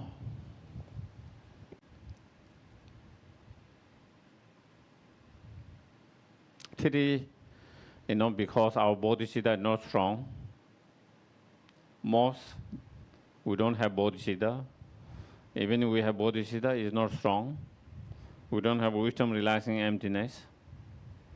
You know, mainly three principal aspects of path. And to have the realization of emptiness, you need a strong, special insight of emptiness. You need a strong foundation of shamatha. In order to have strong foundation of shamatha, as you said, then you need a strong foundation of moral discipline, which the vows are part of that moral disciplines, part of discipline. So again, our practice, in this generation time, our practice is not so strong, I think people have less and less time to practice. They get more and more distracted. In the older time, people are more devoted to the spiritual, spend their whole life, not only monks and nuns, even the lay practitioners, spending whole life, or 10 years, 20 years, 30 years, totally dedicating in those practice, willing to go through hardship in some situation if it is needed to achieve those realizations. But now, because as degenerated, we get more distracted with material things. Because we get more distracted with material things, running after that, we find less time and energy to dedicate ourselves to the practice, spiritual.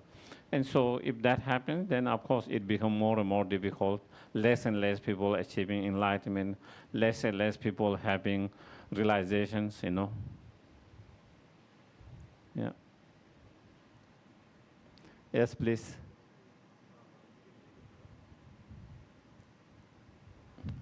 Good evening, Gishila. Maybe you want to have a drink first, because you've been speaking non-stop. Yeah. Yeah. Okay, thank you. Okay. Sorry, because my guru wanted us to bombard you with questions. Mm-hmm. So just a simple one as Buddhists. So that means you are following your guru's advice strictly. Yes, guru devotion. Okay. So as Buddhists, normally we practice the goal of reducing attachment, and ultimately is not to have any attachment. But the thing is, as humans, right, we all experience love, and love is so innate as part of us. It's so part of human. So how do we actually balance? The ordinary love is attachments. Ordinary love with attachments come with expectations, conditions. And that kind of love with condition expectations create problems, because each one is expecting someone, and then fulfill someone's expectation is not easy. Fulfilling our own expectation is not easy. Okay? Then trying to fulfill someone's expectations is much more difficult. And then there is always, when there is that love, with that kind of expectations, is going to have problem, sooner or later. So instead, even as a families, friends, that Buddha encouraged to us to have true love, to develop true love, even with your partners, even your children, your parents, your friends, your colleagues, and all other living beings, sentient beings. And that is unconditional love, without any condition, expectations. Of course, it's not easy.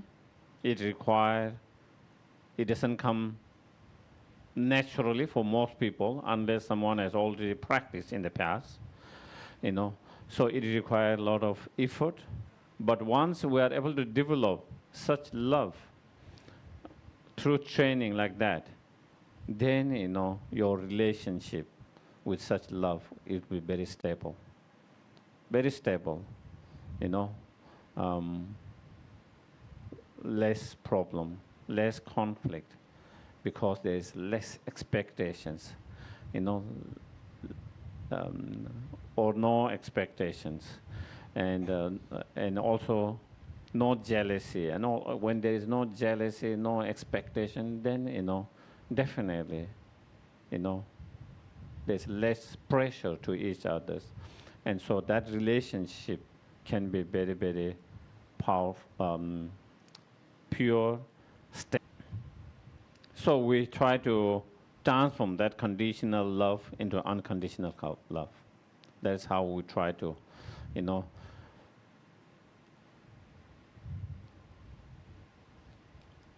naturally, as you say, naturally we have that, you know, innate, that, I don't know whether maybe you could say innate, but you do have that love, you know, that attachment love. But how can we transform the attachment, the love, which is conditional, to something unconditional through the training and practice? And if we can do that, then definitely, you know, you can still have a relationship, but much more better relationship, healthy relationship, less conflict, less problem, less sufferings. Yeah. Thank you. Yes. Thank you, Geshe-la, for Thank you. the teachings, and of course, have a sip of water first. Yep. Okay. So I actually have this question, actually, because often, you know, when bad things happen, you know, and like, let's say me and a friend, you know, we argue and we part ways, you see. And so often I tell myself, like, I should let go of things. I should let go of what my friend has said previously. So I just want to know if, like, letting go, is it accepting impermanence as it is? Through the understanding of impermanent, then it helps to let it go. Let it go is not holding the whatever bitter feeling, negative feelings that we have because of that argument or whatever happens. Due to that, we have, you know, bitter feeling, not being able to let it go. That bad feeling, that bitter feeling, that is hurting you and hurting the others. So the sooner we're able to let it go, the less we suffer, and also the less we bring suffering to others because of that feelings. So, and to let go, it is not enough just saying let it go, let it go. We all want to let it go, you know, but cannot let it go. That is the problem, you know. So it's just reciting or thinking let it go. So you need to have something that help you letting go. So understanding or impermanent, emptiness, all those different can help us to let it go. Once you have that awareness and that acceptance, then it is easy to not to hold that, because then we stop blaming them. Instead, we try to accept that is impermanence. It happens to everyone. It happens to everything. That changes, you know. So I think that is one of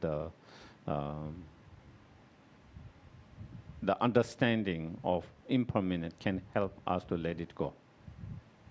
Yeah. One time, you know, in New Mexico, I was staying with someone, John and Susan, you know, and John was, he was having some problem, you know. with his therapist, so he was a little bit disturbed.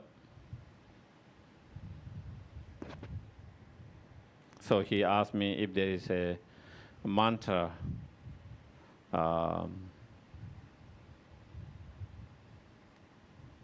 to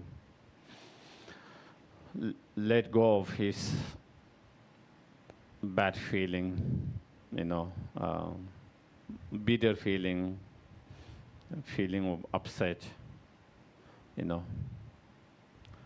So I told, I don't know if there is any mantra that, I think you have to contemplate, meditate, differently in certain ways, But of course, contemplating, meditating take a time. So he wasn't so interested in that. He wanted quick solutions, something you just recite mantra and then it change. and I'm not aware of that mantras. And I said, I don't know, but he was insisting. So I said, Om Let Go Soha, Om Let Go Soha,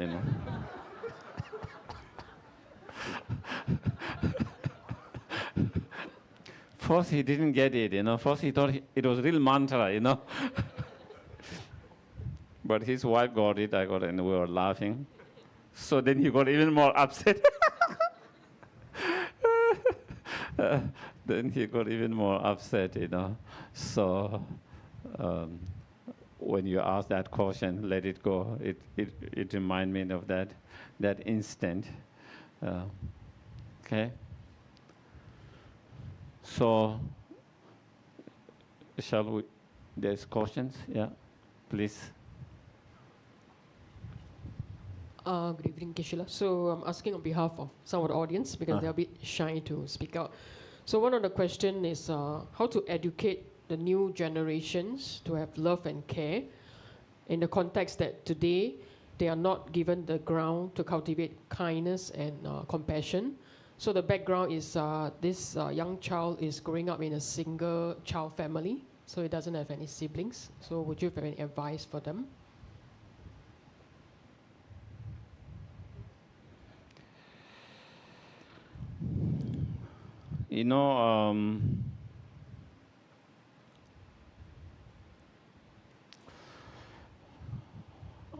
Probably I don't have all the skills to educate such a young child to help them to understand that subject, that message.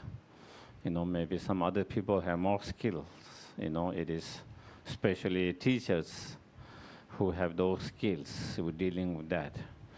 But still, one of the best qualities that we want to see them to grow up, whether it's a compassion, loving kindness, patience, whatever, to be the best example yourself.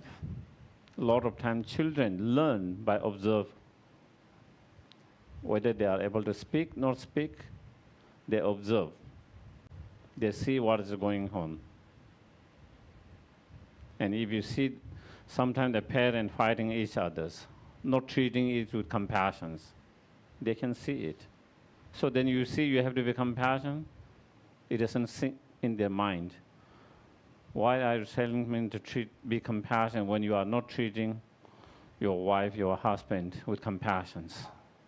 So then they become they become more resistant, and then they try to be opposite of that.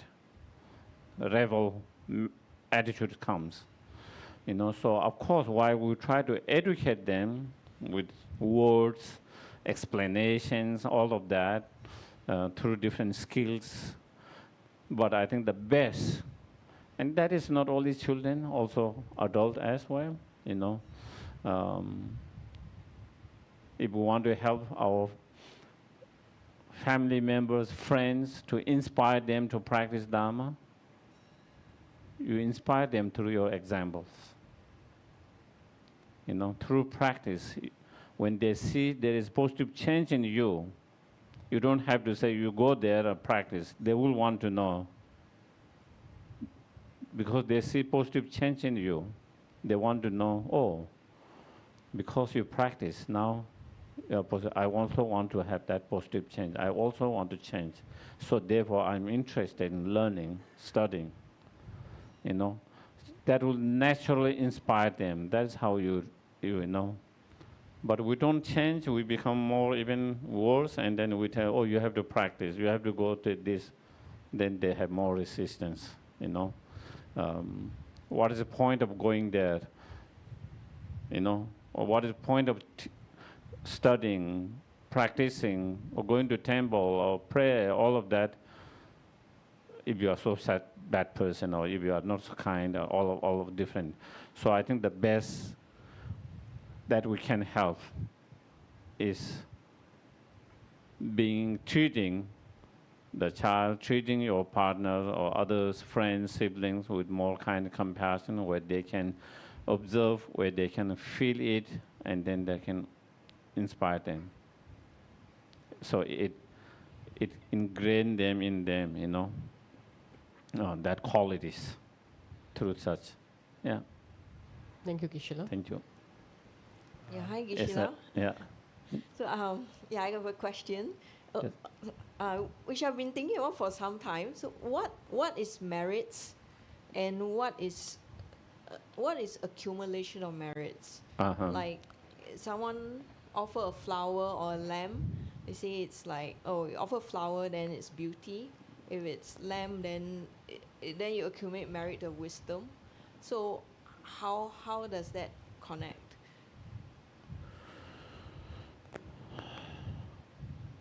Marriage is sometimes the way I explain is creating the conducive conditions, okay, for in our spiritual practice. One of the main key is meditation contemplations. Whether we are whatever subject, guru devotions, loving kindness, compassion, emptiness, impermanence, all those different lamrim topics, we develop those spiritual qualities and progress on the path by having contemplated, by having meditated on them. To have success in those practice, meditations, is not enough just that meditation or contemplations.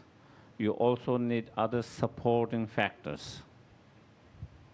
Just like when you plant a seed, you need a healthy seed, good healthy seed, but it is not enough.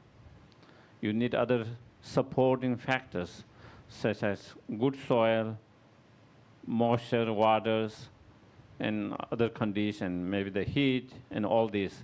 When all these conditions come together, and then you have good seed, then it grow. But if you don't have those, if those conditions are missing, even you have good seed, it cannot grow, or it cannot grow fully. And same in our spiritual practice. If we don't have the support of the merit, the conducive condition, even we meditate, practice on that particular subject, we cannot progress, we cannot make higher progress.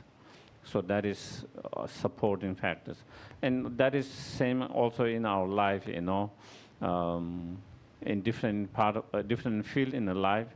In order to have success, we need the karma and other factor to support that karma, the positive karma to ripening, and others a merit help to ripen the positive karma, so that we can experience the good result. So the merit is that I explained that supportive conditions, the factors that support the practice, the positive karma, and of course in terms of offerings, there can be many different offerings, flowers, incense, light, music, food, or whatever, something that we have to offer, Yeah. Yes. Keshira, I'd like to chat with you because recently our Dharma sister Koi Tan just passed on. So what advice do you for us that can recite what mantra to delegate for her higher rebirth? Well, I think you can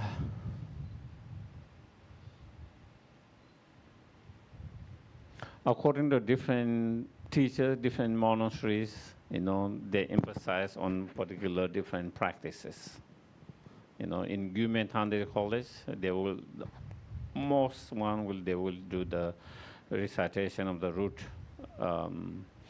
for anyone who died, the root sutras of Guya Samaja, they will do that. In some other monasteries, they do different practices. One of the most common practices in all different Tibetan Buddhist lineage and practice is, like the 8 prayer for disease, such as King of Prayers. That is, you can do that. And again, as Kyabji Lama Sabor Rinpoche's advice, doing medicine Buddha practice. Medicine Buddha practice is not only for people who have illness, but also who have passed away, deceased. So you can do the practice or the mantras, Kunrik or Mitukpa, also powerful to purifications, so to help them to purify their negative karma so they can have better, sometimes there is collection of what we call 10 powerful mantras, 5 powerful mantras. Those are, and also I observe His Holiness Dalai Lama mostly when he dedicates and when you hear someone pass away, he will do Avalokiteshvara practice and recitation of Om Mani Padme Hum, So again, different mantras, but mostly medicine Buddhas, Mitukpas, Om Mani Padme Hum, those, and many other practices what you can do. And also, whatever your guru teachers advise you to do, follow that. Yeah. Thank you. Thank you. Thank you. There's one more question over there. Hi, Geshe-la. Can I just ask, I have a friend who is constantly thinking of a loved one who has passed on. Just want to know, is this considered like an attachment? And how can he or she overcome this? What was the first? I have a friend who constantly think of a loved one who has passed on. Yeah, so is this considered attachment, and how to overcome this? You cannot always say it could be attachment, concern. Concern is not necessarily bad. It's a good. Someone might be very concerned. Not always concerns, not always attachment, but it could be attachment as well. So I cannot say for sure whether it is a pure sense of concern or attachments. So then I cannot read that person's mind. But in most cases, for a lot of us ordinary, it's more likely to be attachments, And so one of the things also sometimes I advise is holding on them and not letting go, because we are constantly grieving and thinking too much all the time. Maybe it might not be helpful for that other person too who passed away. If they are looking at that, if they are in kind of in the pardo or in some kind of other spirit realm, some things, and them to see your loved ones constantly waiting and grieving, that make them sad. Also make them attachments, make them also arising attachment in themselves. And when their attachment, it also makes them more difficult to move on. Instead, we might be holding them by not letting it go. It's just like because of your attachments, when they also feel that attachment, also they don't want to go away, so they are constantly around you. circling around you instead of moving forward, So then sometimes it can be, instead of being able to help, maybe sometimes it might not be the best to help them, constantly. So letting go, and that can be also helpful to release them and move forward. And that can be helpful too. And so I think sometimes understanding that and letting them know that can be helpful, Sometimes we think that we are doing good by doing that, but sometimes that might not always be the case. Instead, we might be holding them, not letting them, not releasing them and let them go, And so I think, so it doesn't help us and it doesn't help them. And so it's better to kind of let it go. Yeah. So I'd like to add on a little bit on this. So somebody dies, and because of strong attachment, you keep on thinking on them and crying and this and that. So that person who is now a Bado being, the truth is, after every 7 days, they start to forget, But then they somehow still can remember. But then they start to forget. After every 7 days, they die. And what happened? They start to get very irritated with this person. Why you keep on crying and thinking of me? Slowly, first is attachment. First is attachment and care. Slowly, the living start to recover. The dead starts to suffer. There's no more care, but dragged on by attachment and care turn to become anger. You caused me to become like that. Because of you, I want to stay behind and I have attachment linger over you. Then after that, then the dead start to become upset with the living. Okay? The dead will become upset with the living because maybe, for example, children always crying for the father. The father passed away. But the father's belief is that you all should wake up, know how to take care of yourself already. Don't keep on bothering about me, right? Then evoke the negative emotion of the dead. Then the living suffer more because of negative energy, because of karmic conditioning, because of negative energy, because of this and that, The living always don't want to let the dead go. Will say these kind of things, you die already, why you die, you're so heartless, now you leave us behind, I don't know what to do, and this and that. During your time of suffering, you will say these kind of negative things. You will say this kind of thing because that's how you feel. Because people in samsara always say, be truthful to yourself, say how you feel, But it screws yourself up and screws everybody else up. And to keep on telling the dead, this and that, it's really not going to help. It's really not going to help. Because it can cause the dead to be stuck in that spirit world, and their life is at least 500 to 1,000 human years. And they see you die, they see you move on, and they are stuck. This is how grievance relations, right? Karmic creditor or grievance relation. That's why some people say, I've done many things and this and that, why I've got more obstacle and this and that. That's why other people will say, that's why, Christians in the Bible, they do say, do not celebrate or the birthday or the death anniversary of the dead.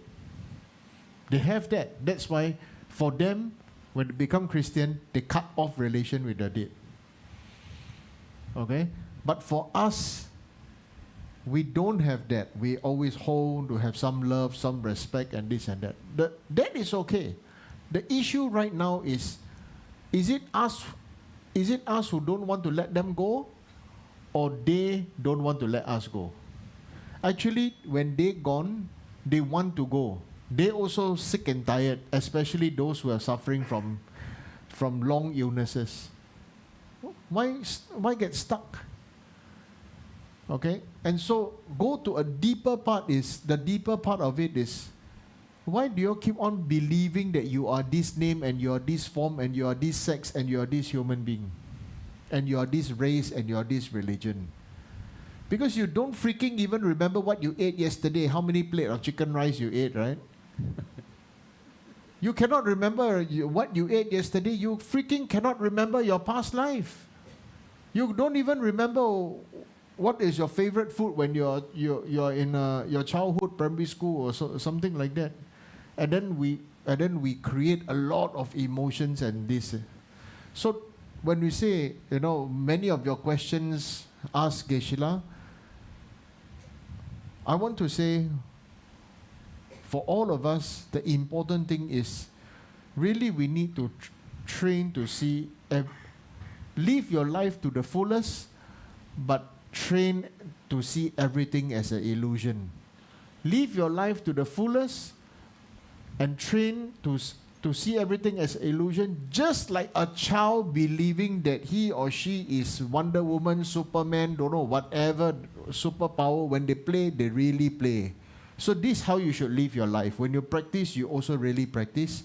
When you play, you really play, and go all out, enjoy yourself, have the best fun, live your life to the fullest, accumulate the greatest merit, study, whatever you want to do, live on the good connection for the future life, because this thing is going to finish. This thing is going to finish. I don't tell you who my previous life is, because it's really no use. I don't tell you, let's go back to Tibet, I show you my old monastery and this and that. Well, you think I cannot remember? I can remember. It's just that, many people ask me, oh, so romantic idea, or so nice previous life, this and that. Let me tell you, previous life things have 3 great sufferings. There's no electric light bulb. When it's dark, it's really dark. There's no heater.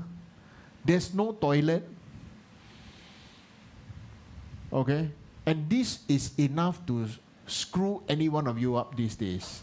No water, no light, and no toilet. Isn't it, Geshe-la? Modern thing, all of us, we need toilet, need water, and we need electricity. You don't have this. Right? And so, really, don't think so much about past life and think about this and that. Oh, what happened to the person who died, this and that.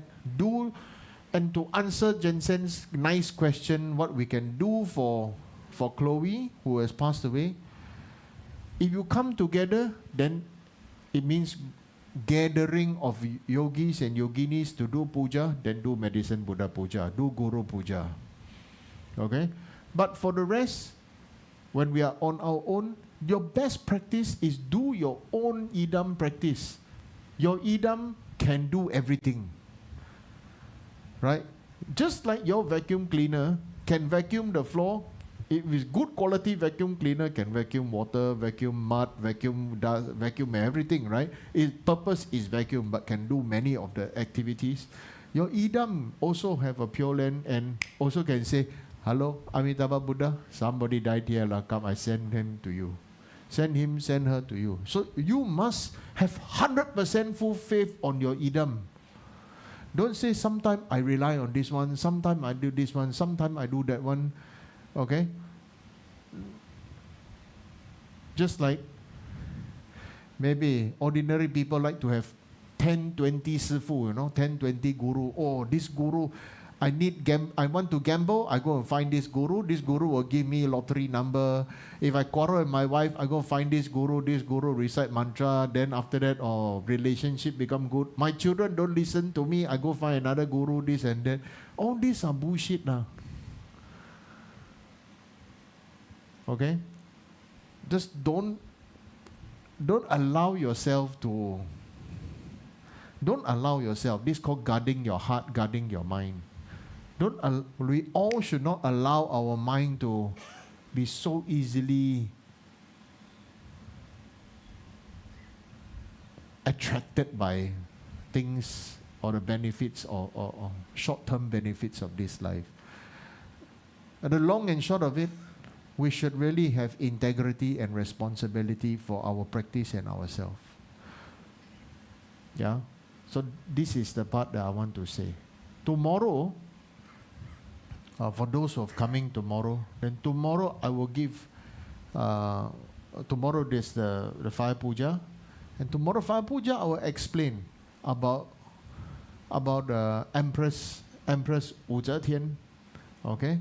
She kills so many people, but she's actually a great bodhisattva. Okay? She kills so many human beings, but she's a great bodhisattva. Right? That even the Lord of Death went to greet her and receive her. Okay? So this tomorrow's story. Right now, please, more question, please ask Geshe-la. I think maybe. Are we ready to go? Any more questions? Oh, okay. One question. Okay. Good evening, I Geshe-la. can Good evening, still see Rinpoche. there too. Just now I was talking about the death, and then I was thinking about. Okay, louder? Yeah. I was thinking about what is consciousness. So when a person dies, the consciousness, what is it energy, and where is all the memory stored? Memory is one part of the consciousness. Consciousness is much more bigger, phenomena. When you talk about consciousness, then there is primary consciousness, mental factors, 51 mental factors, part of that, and there are 6 primary consciousness. And then memory is one of those mental factors. It's only one. So consciousness, when consciousness is much bigger, whereas memory is just one small part of that, which is part of the consciousness itself. So when we die, the consciousness continue, Consciousness continue and carrying all these memories, And then the consciousness continue and then take new life, okay?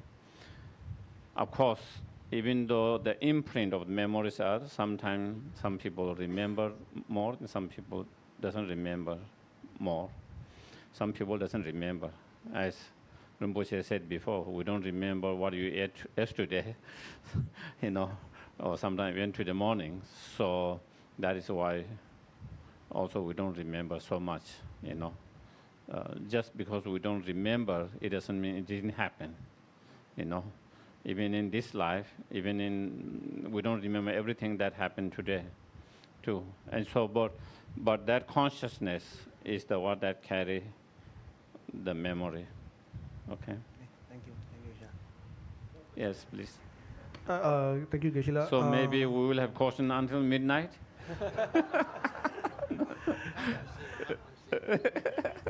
So my question is regarding karma, because I often read or see that our karma is our own.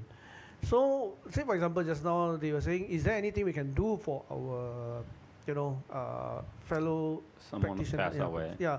So whatever they do, is it able to help with their karma? Because if that's the case, then Buddha have so much merits. Why? They also say we have to do our own practice. They cannot just help us like that. So that's my first question.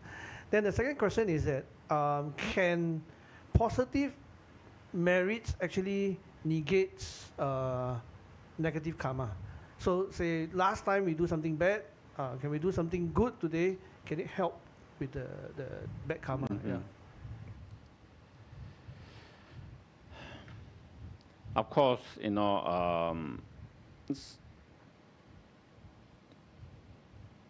Buddha cannot pass his realization to us, as Buddha himself said. Otherwise, we all will have a realization by now. In terms of karma, of course, as also you mentioned, that we are the creator of our own karma and our own experience, good or bad. But that doesn't mean there are other conditions or factors that support their karmic potentials. Even though there is karmic potentials that we have created, that we are experiencing result of that, but there can be other immediate kind of external factors that also support in ripening that karma. You know, there's also that part. Similarly, you know, when someone pass away or doesn't have to pass away, someone who is sick, and then we do practice and dedicate for them, you know, our merit, dedicate for them, or when someone needs some obstacles, and then also we do practice and then we dedicate for them, you know. So just as we can share the material things, if I have wealth, I can share someone who have less, they can get benefit from that and reduce their pain, sufferings.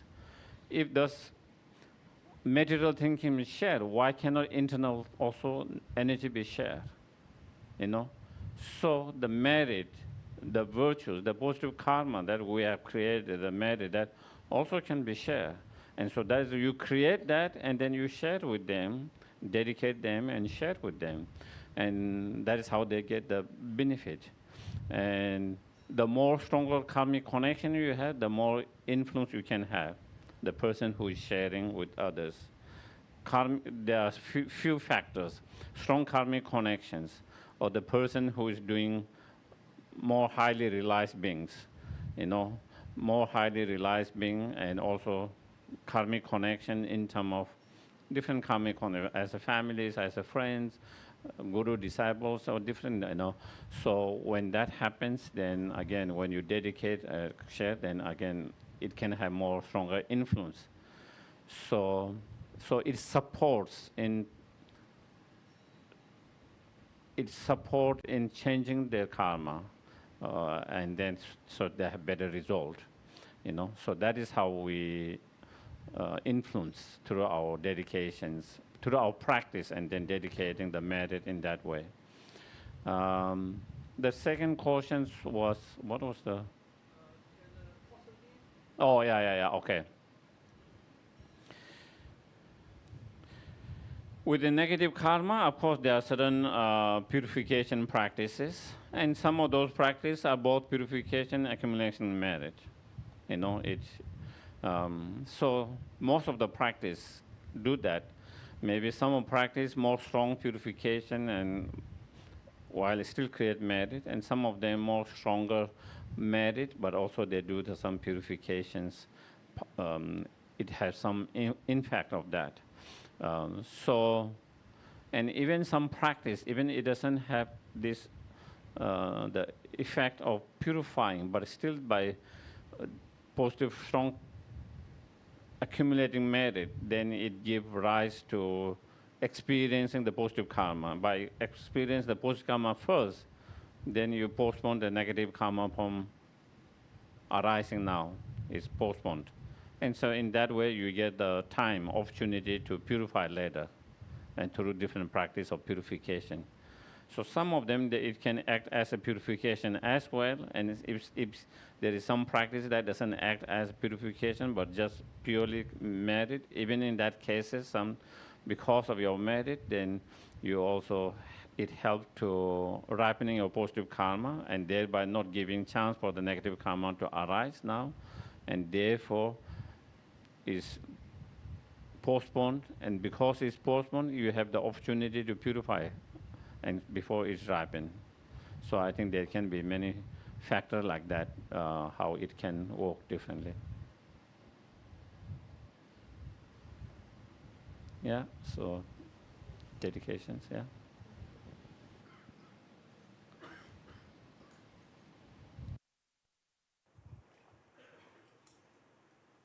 Okay, thank you very much for the precious teaching.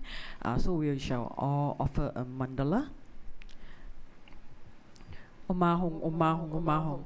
This ground anointed with perfume, stray flowers, anoint Mount Meru, four continents, sun and moon. I offer in visualizations as few Buddhas.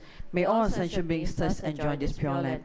May my venerable Guru's life be firm, his white divine actions spread in the 10 directions, and the torch of Losang teaching, dispelling the three world being darkness, always remain. Hum Yedam Guru Rana Mandala Kap Niyat Dayami. Okay, let's do long life prayers.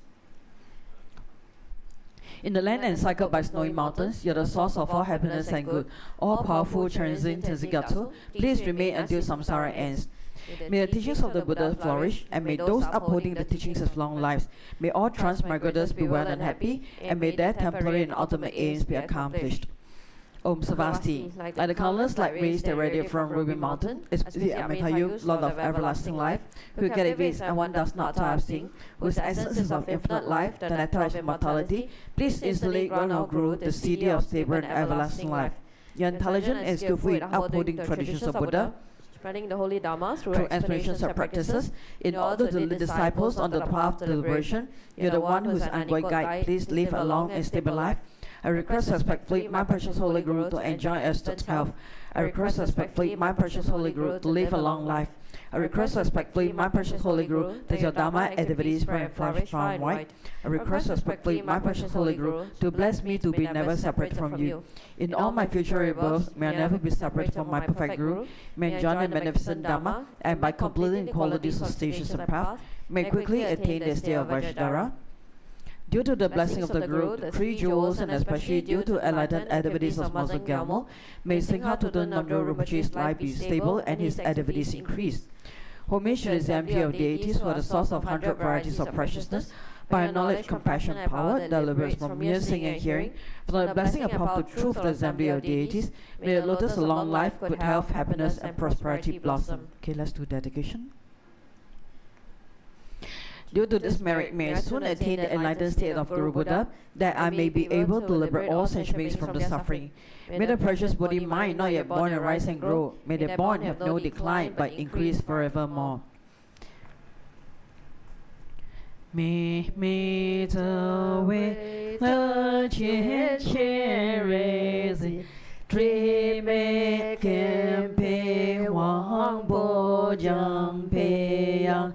Gan Chen Ken Pei Song Ken Song Ka Lo San Dra Pei Sha La So Wa Dim Me Ta Wei Ta Chen Chen Re Zi Tri Me Ken Pei Wang Bo Jiang Pei Yang Gan Chen Ken Pei Ken Song Ka Lo San Dra Pi Sha La So Wa Di Me Za Wei Ta Chen Chen Re Zi Ji Me Ken Pei Wang Po Jiang Pei Yang Gan Chen Ken Pei Ken Song Ka